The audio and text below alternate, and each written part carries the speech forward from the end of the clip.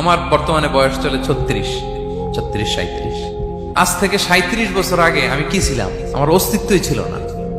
আমার কোনো নাম ছিল না, আমার কোনো গ্রাম ছিল না, আমার কোনো অ্যাড্রেস ছিল না, আমার কোনো পরিচিতি ছিল না।